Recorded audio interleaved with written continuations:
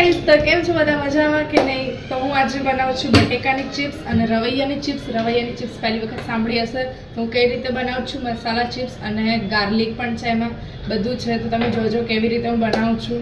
તો ચલો જોઈએ આગળ. તો અહીંયા થોડું ગાર્લિક આપણે મેશ કરી લઈશું. 3-4 કડી જ લેવાનું છે. જે ના ખાતા હોય અવોઇડ કરી શકે છે, એમને પણ સારું લાગશે. તો અહીંયા આપણું ગાર્લિક થઈ ગયું છે મેશ. હવે આપણે અહીંયા ઓઇલ લઈ લીધું છે, થોડું નોર્મલ ચિપ્સ ફ્રાય થાય ને એટલું, એકદમ આખી ડૂબી જાય એવું નહીં, અડધી ચિપ્સ ફ્રાય થાય ને એટલું જ લેવાનું છે. હવે આને હું સ્ટાર્ટ કરી દઉં, લો ફ્લેમ પર સ્ટાર્ટ કરી દેવાનું છે. ત્યાં સુધી આપણે પછી મસાલો કરીશું. ગાર્લિક અને સાઈડમાં મૂકી દઈશું. પોટેટોની ચિપ્સ બધી ધોઈ કાઢેલી છે એટલા માટે, બરાબર? તો તમે પહેલાં વોશ કરી લેજો. મેં વોશ કરેલી છે એટલા માટે.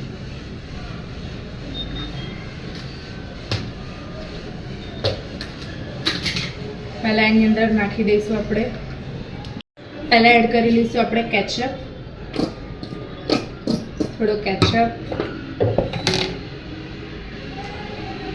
થોડું શું મીઠું, કારણ કે ચાટ મસાલો આવશે એટલા માટે, ગરમ મસાલો, મરચું અને ખાલી સહેજ યલોઇશ થવા માટે હળદર. ઓકે, હવે એની અંદર એડ કરીશું આપણે થોડા ધાણા સમારેલા,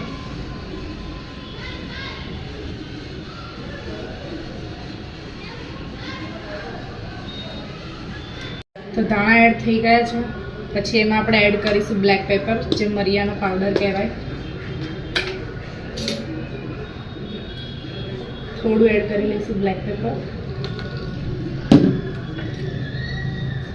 પછી એની અંદર એડ કરીશું ચાટ મસાલો.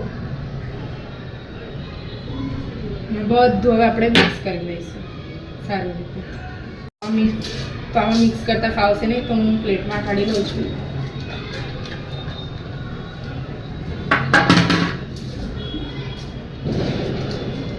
બધું આપણે એક ચિપ્સ ઉપર મસાલો બધું આવી જાય એ રીતે હવે આને મિક્સ લીધો છે.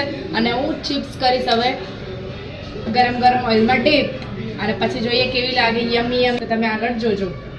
ઓકે, તો ગાઈસ આપણી ચિપ્સ રેડી છે અને ઓઇલ પણ રેડી છે. તો આપણે એક કરીને બધી ચિપ્સ ફ્રાય કરવા મૂકી દઈએ. એક મૂકવાની છે, જેથી એક અલગ ખાઓ તો એકમાં ટેસ્ટ આવે. ઓઇલ કાઢીને લઈ લઈશું આપણે ચિપ્સ, પ્લેટમાં કાઢી લઈશું.